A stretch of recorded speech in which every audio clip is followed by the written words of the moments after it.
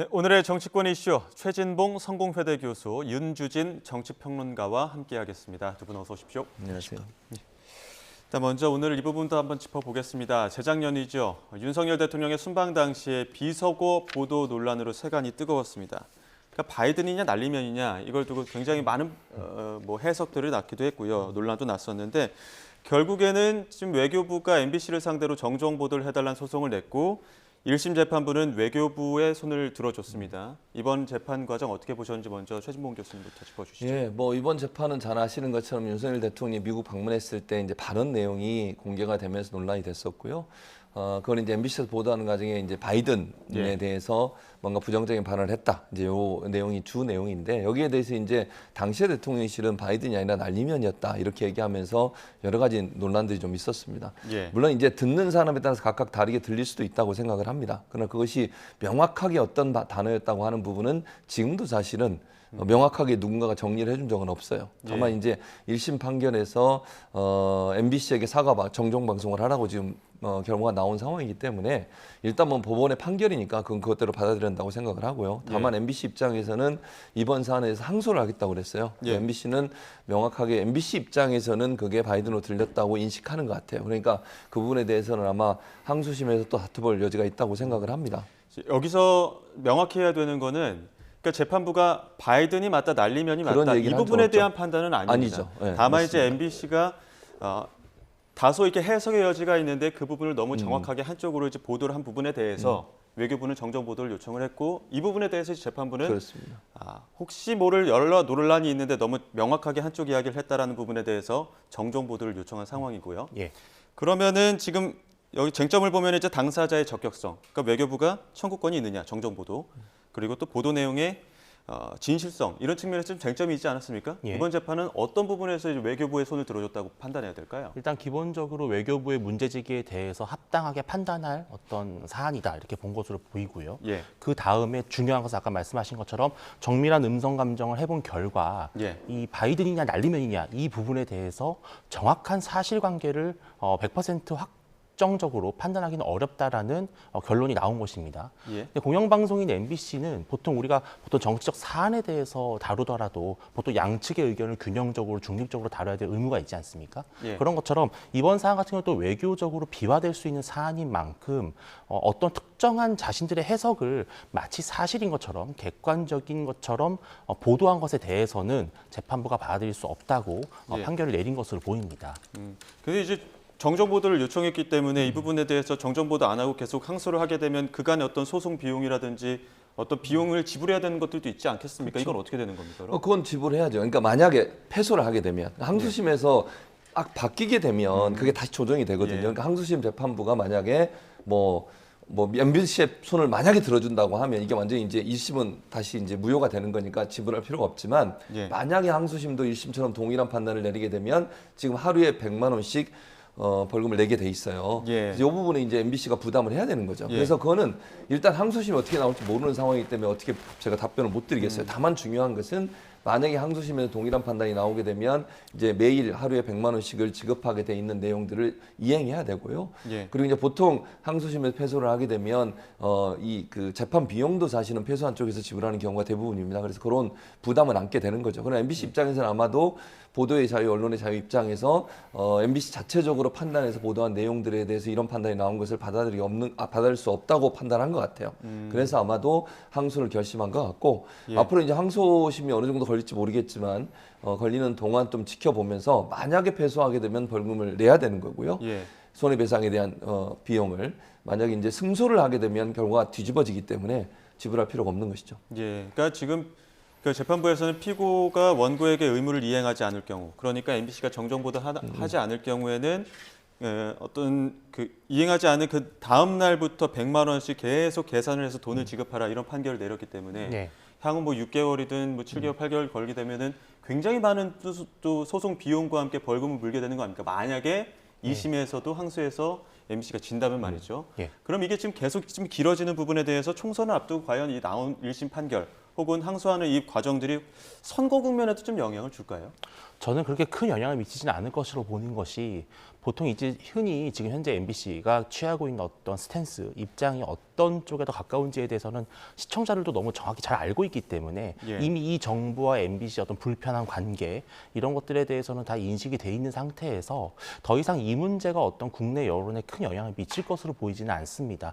다만 예. MBC는 계속해서 이 재판에 대한 반론을 제기하면서 이 정부가 마치 공영방송 MBC를 좀 언론 탄압을 한다는 그런 프레임을 계속해서 확대 재생산할 것이고 또 여야가 이 문제를 두고 계속해서 정치적 갈등이 이어지지 않을까 그렇게 보고 있습니다. 예, 최진봉 교수님은 어떻게 보십니까? 그러니까 일단 이 사건은 이제 정치적으로 저도 크게 영향을 미칠 가능성은 낮다고 봐요. 예. 다만 이제 만약의 경우에 불리하게 작용한다면 국민의힘이나 정부 입장에서는 이게 이제 다시 회자가 되잖아요, 이 사안이. 예. 그럼 또 듣게 되잖아요, 그 말을. 그쵸. 사실은 좀 지나간 이슈인데 이게 다시 회자가 되면 예전에 바이든 날리면 논란이 될 때 그 녹음 파일이라는 이게 다시 부각이 되면서 대통령실에 부담이 될 가능성이 있다고 봐요, 저는. 그리고 예. 이게 항소심까지 가게 되면 그 과정에서 또 지난하게 여러 얘기들이 나올 수밖에 없는 것이고. 예. 그래서 총선 과정에서 결정적인 역할을 할 이슈는 아니지만 그럼에도 불구하고 이게 다시 이슈화 되면 대통령실이나 국민의 입장에 좀 부담스러운 상황 이렇게 볼 수 있을 것 같습니다.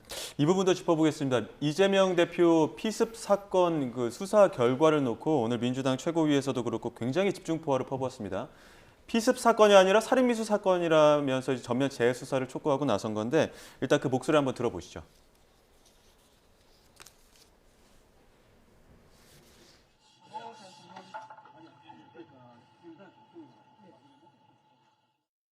이상하지 않습니까?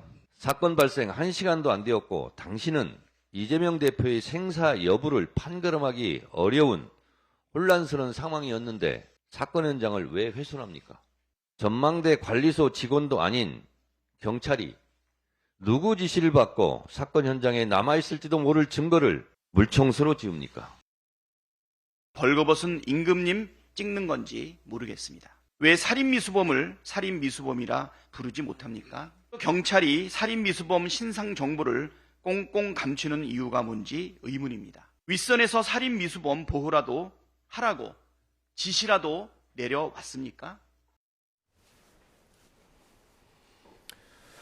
전면 재수사를 하라 이런 목소리인데 앞서 영상으로 보셨지만 1시간도 안 돼 갖고 현장을 정리하는 게 말이 경찰이 직접 그런 비판들 나왔는데 이런 불편에 대해서 어떻게 생각하십니까? 그러니까 일정 부분 이제 경찰이 저 부분에 대해서는 답을 해야 한다고 생각해요. 왜냐하면 일반적으로 어떤 사건이 벌어지면 현장을 잘 보존해서 전문가들이 와서 현장을 대해서 분석하고 판단하는 게 필요하거든요. 왜냐하면 사건이 왜 터졌는지 그리고 이 살인을 하려고 작정하고 이재명 대표를 공격했던 사람의 의도가 무엇인지 하는 부분들을 또 얼마나 많은 피해가 있었는지 하는 부분들을 현장을 두고 판단을 해야 되는데 너무 일찍 이 현장을 지운 것에 대해서는 저는 문제제기 가능하다고 생각합니다. 예. 물론 이제 경찰이 그 자리에 모든 증거를 다 수집을 하고 이거죠. 네, 그리고 예. 이제 전문가들 저는 와서 봐야 된다고 생각해요. 현장을. 예. 그러니까 예를 들면 사진만 봐가지고는 또 확인이 안 되는 경우도 있을 수 있잖아요. 예. 사진으로 보는 것과 또 각도에 따라 약간의 차이가 있을 수 있으니까 현장에 직접 와서 현장 감식을 하고 예. 어떤 일이 벌어졌는지에 대해서 판단과 분석이 이루어져야 되는데 그 부분이 만약에 미흡하고 안 됐다고 하면 이 부분은 이제 경찰이 얘기를 해야 된다고 저는 보거든요. 그래서 예. 정말 경찰 입장에서 모든 증거가 확보됐고 그랬다고 하면 거기에 대한 내용들을 발표해야 돼요. 그러니까 민주당이 이렇게 의혹을 제기하고 있으니까 거기에 대해서 경찰이 정말 명확하게 본인들이 매뉴얼에 따라서 수사 원칙에 따라서 했다고 하면 거기에 예. 대한 것들을 밝히고 그렇지 않다고 하면 이 문제는 문제 제기를 할 수밖에 없는 상황이다. 저는 그렇게 생각합니다. 이쪽 그 민주당 입장에서는 경찰이 밑선 눈치 보고 있다. 범인이 고도로 훈련된 사람 같다. 배우를 철저히 밝혀야 된다. 이런 이야기도 하던데 이런 이야기에 대해서는 어떻게 생각하십니까? 일단 범인이 어떤 고도로 훈련됐다 안 됐다 이러한 것들에 대해서는 정말 그 분야의 전문가가 진단을 하고 판단할 문제지 예. 정치권에서 자신의 주관적인 해석을 내놓는 것은 오히려 국민들로 하여금 굉장히 오해를 불러일으킬 수 있는 좀 약간 위험한 접근이라고 생각을 합니다. 그리고 그 당시 사건은 실제 그 지지자들이라든지 언론에 의해서 그 현장 상황이 고스란히 실시간 영상으로 담겨져 있었습니다. 그렇기 때문에 더 이상 그 당시에 있었던 사건의 어떤 그 정황을 오해할 수 있는 여지가 없고 이 사건은 매우 단순하고 명료한 사안으로 이미 밝혀져 있습니다. 계속해서 이제 민주당 측에서는 정치적 배후론을 이제 제기하는데 물론 그런 의혹을 계속 제기함으로써 수사의 엄정성을 강화하는 것은 필요할 수 있겠으나 지금 현재는 조금 다소 약간 괴담에 가까운 그러한 억측을 국민들에게 주입하고 있지 않나 그런 우려를 좀 전하고 싶습니다. 민주당은 이거 지금 경찰 재수사하지 않으면은 국정조사나 특검, 국회가 행사할 수 있는 권한을 행사하겠다 이렇게 얘기하는데 거기까지도 갈 필요 없다라고 보시는 겁니까? 물론 민주당 입장에서는 이 사안을 총선을 앞두고 조금 더 스케일을 키워나가고 싶어하는 마음이 좀 있겠죠. 그런데 과연 국민들 입장에서 어쨌든 반사회적 개인이 저지른 매우 불미스러운 범죄입니다. 이 사안에 대한 어떤 법적 판단에는 어떤 이론의 여지가 없는데 계속해서 이런 것을 정치권으로 끌고 들어오면 오히려 이 문제의 진상을 정확히 밝히는 것이 어려워질 것으로 보입니다. 국민의힘에서는 너무 특검 카드를 너무 남발하는 거 아니냐 이런 비판들도 나오는데 그 이상의 조사는 필요하다고 보시는 거예요? 그러니까 특검까지 지금 얘기할 시점은 아니라고 생각해요, 저는 예. 개인적으로. 그러니까 경찰이 여기에 이제 답을 해야 되겠죠. 예를 들면 정말 지금 이제 최고위원들이 문제를 제기하고 있는 부분들의 증거가 확보됐다는 것을 명확하게 밝히고 그 부분이 충분히 이해될 수 있으면 저는 뭐 특검까지 얘기하는 건 조금 더 나간 거라고 저는 생각해요. 예. 근데 이제 만약에 민주당이 이렇게 의혹을 제기했는데도 거기에 대한 아무런 답변이 없으면 민주당 입장에서는 또 다른 행동을 해야 되는 거잖아요. 예. 국정조사 정도는 저는 뭐 추진하거나 아니면 주장할 수 있다고 생각해요. 그래서 중요한 건 이제 경찰이 왜냐면 이게 반대로 생각해서 국민의힘의 어떤 좀 정말 중요한 분이 이런 피해를 당했어도 저는 그 부분에서는 조사가 철저히 이루어져야 된다고 생각을 하거든요. 한 점 의혹도 없이 여러 가지 뭐 세간에 떠도는 의혹이든 또 민주당 최고위원회에서 얘기했던 얘기든 이런 부분에 대한 의혹들을 말끔히 씻어낼 수 있도록 경찰이 노력을 더 해야 된다. 그리고 거기에 대한 증거를 밝히는 게 필요하다. 그러면 이 문제가 더 이상 확대되지 않겠지만 예. 만약의 경우에 경찰이 그냥 모리서로 일관하고 우리는 다 했다라고 얘기해버리면 민주당 입장에서는 제가 볼 때 특검까지는 가지 않더라도 예. 국정조사의 요구까지는 할 가능성이 있다고 보여집니다. 예. 총선 앞두고 그 공관위 이야기 조금 본격적으로 해보겠습니다. 여야 모두 공관위 공식 출범했는데 지금 국민의힘 한동훈 위원장 이기는 공천, 설득력 있는 공천 강조하기도 했습니다. 하지만 내부에서는 그 이철규 의원이 공관위에 포함되다 보니까 이를 두고 어떤 대통령실의 어떤 통로 역할을 하는 건 아니냐 이런 이야기도 나오고 있거든요. 이와 관련해서 조혜진 의원 그리고 장동혁 사무총장 발언까지 한번 듣고 다시 두 분 의견 나눠가도록 하겠습니다. 지금 뭐 누구 출신이다, 네. 어디 출신이다라고 해서 뭐 무조건 공천을 한다, 뭐 당수 공천을 한다, 뭐 저희는 그런 고려보다는 네. 이기는 공천, 이길 수 있는 사람을 이길 수 있는 곳에 공천을 하겠다고 하는 원칙적인 말씀을 드리겠습니다. 그러니까 경선이 원칙이다라는 말씀은 안 해주시네요. 최대한 공정한 객관적인 기준에 의한 공천이 이루어지도록 하겠습니다. 비대위원장 입장에서 볼 때는 불가피한 인사를 했다고 봅니다. 다만 이제 대통령의 신뢰를 받고 있다는 점 때문에 좀 비판의 논란이 있을 수가 있기 때문에 그거는 이제 비대위원장이나 공관위원장이나 또 이철규 위원이 그런 걸 의식해서 그 논란이 되지 않게 잘 하는 게 중요하죠.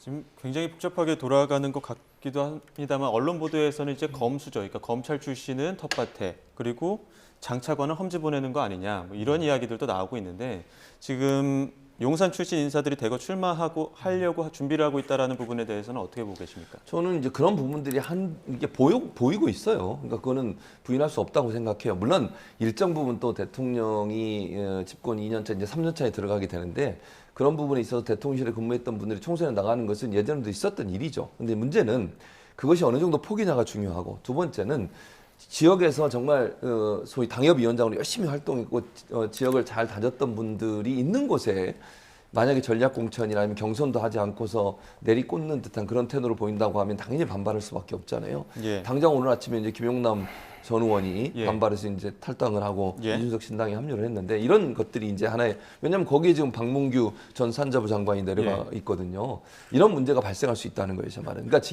지금은 이게 본격적으로 이렇게 물 위로 올라오지 않았지만 지방에서 또는 지역에서 열심히 준비하셨던 분들 입장에서는 경선이라도 해줘야 되는 거 아니냐 이런 얘기가 나오는 건데 아까 우리 사무총장 인터뷰 들었습니다만 경선에 대해서 명확히 말씀을 안 하세요. 그래서 지금 우려는 이거예요. 국민적 우려는 검찰 출신 또는 소위 이제 용산 출신 이런 네. 분들이 어느 지역에 특정해서 전략 공천을 가거나 아니면 경선도 안 한 상태에서 내리꽂히는 형태 이런 형태는 반발을 불러올 수밖에 없다. 이제 그런 우려들이 사실은 이제 이철규 의원 사례로 드러났다고 저는 봐요. 그래서 이 부분을 대통령실도 그렇고 국민의힘도 그렇고 좀 심각하게 바라봐야 된다. 공천이 공정하지 않으면 내부 반발이 일어나는 것도 내분이 일어날 가능성이 있거든요.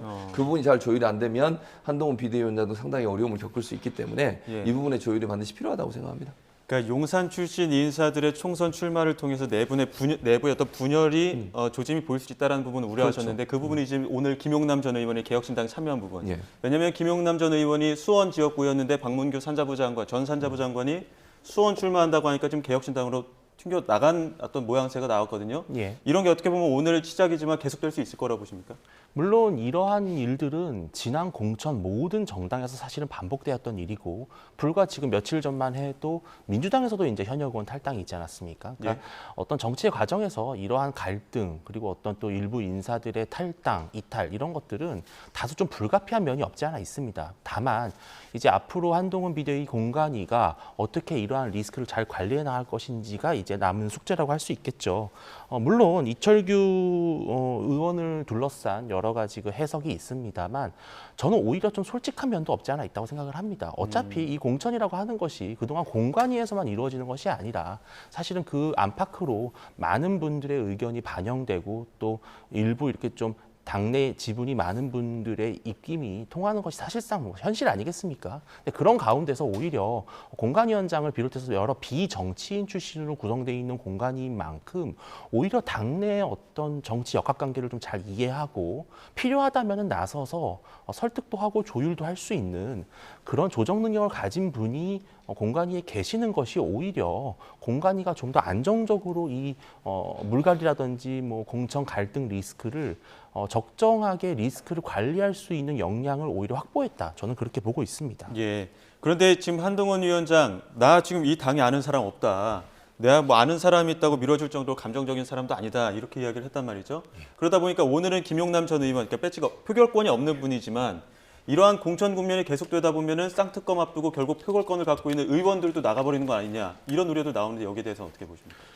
지금 현재 국민의힘의 내부 분위기를 살펴보면 이준석 신당을 비롯한 제3지대로의 어떤 이탈을 노골적으로 이렇게 천명하고 밝힌 분은 현재까지는 김용남, 물론 현역 의원도 아니시지만 예. 김용남 의원을 제외하고는 현재 현역 의원 중에서는 그러한 이탈 움직임이 보이지 않습니다. 그리고 앞으로 이 공천 과정에서 실은 현역 국회의원들 중에 뭐 이제 이미 다선 중진 의원으로서 더 이상 이제 꼭 내가 반드시 이 국회의원직을 수행해야 될 것이냐라는 어떤 판단도 남아있을 수 있고요. 또 정치에 도전했지만 또 다양한 대안을 통해서 자신의 역량을 발휘할 수 있는 기회를 또 정부와 함께 만들어갈 수 있다는 기대감도 있을 것이기 때문에 저는 그러한 이탈이 크게 작용하지 않을 것으로 예상하고 있습니다. 네. 최준봉 교수님께서 어떻게 보십니까? 저는 이제 지금은 공천이 완전히 이제 진행되는 건 아니잖아요. 그러니까 우려를 하는 건 공천관리위원회 이제 인재영입위원장을 맡고 있는 이철규 의원이 들어간 것이 이제 논란이 되고 있고, 왜냐하면 이게 윤석열 대통령의 친윤 중에 친윤으로 알려지고 있고, 물론 한동훈 비대위원장은 당과 직접적 연관이 없죠. 근데 이제 우려하는 건 뭐냐면 한동훈 비대위원장을 통해서 대통령이나 대통령실의 입김이 영향을 미치는 부분에 대한 문제라는 거예요. 예. 사실 한동훈 비대위원장이 처음에 국민의힘의 비대위원장으로 선임될 때 가장 기대했던 게 뭐냐면 당정 간의 수평적 관계. 근데 그게 이제 이루어지지 않고 있고, 예. 이러다 보니까 사실은 이제 우려가 현실이 되는 거 아니냐 이런 얘기가 나올 수밖에 없는 구조이기 때문에 앞으로 만약에 이제 현역 의원들 가운데 공천에 탈락하는 분들이 생긴다면 그분들 입장에서는 출마를 또 고민할 수밖에 없는 거잖아요. 예. 무소속으로 출마를 할 수도 있을 것이고, 아니면 신당으로 옮겨서 본인의 정치적인 어떤 역할을 또 하겠다고 주장하는 분도 생길 수 있어요. 예. 그래서 앵커가 지적하셨던 것처럼 공천이 본격화되면 공천에 탈락한 현역 의원들 입장에서는 거기에 대해서 반발하면서 다른 선택을 할 수 있다고 저는 봐요. 그러니까 특검 제 의결이 언제 될지 모르겠지만 예. 그게 만약 공천 이후에 이루어진다고, 국민의힘 공천 이후에 이루어진다고 하면 반발표라든지 탈당해서 다른 쪽에 힘을 실으면서 찬성표를 던질 가능성도 있다고 생각합니다. 민주당 내부 이야기도 해보겠습니다. 어제 이재명 대표 포함해서 그 중앙당 공직선거 후보자 검증위원회 통과한 89명 명단을 공개했는데 명단 보게 되면은 황운하 의원 그리고 노웅래 의원이 들어갔는데 이게 적격이 맞느냐 이런 이야기 나오고 있습니다. 이 부분에 대해서 어떻게 보십니까? 그러니까요. 이 부분에 대해서 뭐 제가 이 적격심사위원회에서 기계적, 저 이런 표현을 쓸게요. 기계적인 어떤 기준에서 판단을 하는 것 같아요. 왜냐하면 지금 이제 최종심이 아니잖아요. 예. 1심. 물론 국민적 감정으로 보면 어쨌든 1심에서 이런 경우가 나온 것에 대해서 사실은 좀 부정적으로 볼 수 있고 여러 가지가 나올 수 있는데 예. 이렇게 되면 케이스 바이 케이스가 되니까 어떤 한 사람에 대해서 이 사람은 그럼 1심에서 이런 경우가 나오는데 이 사람을 통과시키려고 말 거냐 고민이 많을 거라고 생각을 합니다. 예. 그래서 아마 기계적으로 했던 것 같아요. 이건 제 개인적 분석입니다. 물론 제가 뭐 거기 있는 분들하고 통화하고 이런 건 아니니까요. 그래서 예를 들면 최종 심판이 나오지 않은 사람들은 일단 혐의가 없는 것으로 보고 통과시킨다든지 또 뭐 이런 여러 가지 조건이 있었던 것 같아요. 그래서 아마 이루어진 것 같은데 뭐 저는 이게 공관위에 가서 또 한 번 이제 심사를 받게 되잖아요. 예. 이 1차 심사는 뭐냐면 예비 후보로 등록할 수 있도록 허용해 주는 거예요. 예. 그리고 이제 공관위에 가면 이분들이 다시 공천을 신청할 테니까 그때 가서 다른 후보가 또 경쟁을 할 겁니다. 그때 가서 따질 거라고 생각해요. 그래서 1차적으로 예비적으로 한 것은 기계적인 수준의 그러니까 어떤 규정을 만들어 놓고 그 규정에 맞으면 통과 아니면 탈락 이런 기준을 하다 보니까 이런 일이 발생한 것 같은데 네. 앞으로 이제 공천관리위원회에서 이 부분에 대해서는 좀 더 세밀하게 따지지 않을까 그렇게 생각합니다. 황운하 의원 같은 경우에는 그 의원직 상실 1심이지만 상실형을 받았었고 노웅래 의원은 그 불법 정치자금 혐의로 재판 중이고 또 한동훈 법무부 장관 당시 국회에서 체포동의안 때에도 뭐 돈봉투 부스럭대는 소리가 났다 뭐 이런 이야기까지 해가지고 굉장히 논란이 됐었는데 예. 이러한 논란에 있는 인물들이 후보 적격성으로 맞느냐 이런 이야기 계속 나올 수밖에 없거든요. 어떻게 보십니까? 보통 이제 대개 이러한 후보 적격성 여부를 판정할 때 있어서 실은 양당이 보통은 기소만 이루어져도 상당히 까다롭게 판단했던 것이 그동안의 관례였습니다. 그런데 지금 현재 1심 선고가 나온 현역 의원에 대해서도 적격 판정을 내린 것은 실은 야당 현재 대표가 본인이 사법 리스크에 휩싸여 있지 않습니까? 또 방탄정당이라고 하는 이 오명을 지금 피하지 못하고 있는 상황에서 만약에 이 두 분에 대해서 만약에 후보 부적격을 했다면 그것은 사실은 민주당 내부에 어떤 모순이 발생을 하는 것이죠. 그러니까 그것을 피하고 싶었을 것이고 결국은 무죄 추정의 원칙이라고 하는 것을 좀 다소 취사 선택했다. 저는 그런 좀 비판을 피하기가 좀 어려울 것으로 보입니다. 예, 알겠습니다. 이낙연 전 대표 어제 민주당 탈당인데 이 부분도 짚어보겠습니다. 이제 본격적으로 어떻게 보면은 제3지대 판이 커질 것이란 전망, 그리고 선거하기 어렵다는 의견들도 엇갈리고 있는 상황입니다. 이낙연 전 대표, 이준석 위원장에 본격적으로 손을 내밀고 있는데 오늘 아침 두 사람의 인터뷰 내용이 있습니다. 한번 들어보시죠. DJ는 알다시피 진보 진영의 가장 대표적인 인물이셨고 네. 김종필 당시 총재는 보수 진영의 대표적인 네, 인물이죠. 그렇죠. 그런 분들이 정부를 같이 꾸릴 정도였거든요. 네. 네. 그런데 이준석 전 대표와 저는 그 정도의 차이가 있는 것은 아니다. 네. 그러면 그리고 당장 연립 정부를 꾸미자는 것도 아니지 않습니까? 속칭- 이준석 전 대표는 이 청년 정치를 상징하는 분이 돼 있고요. 예.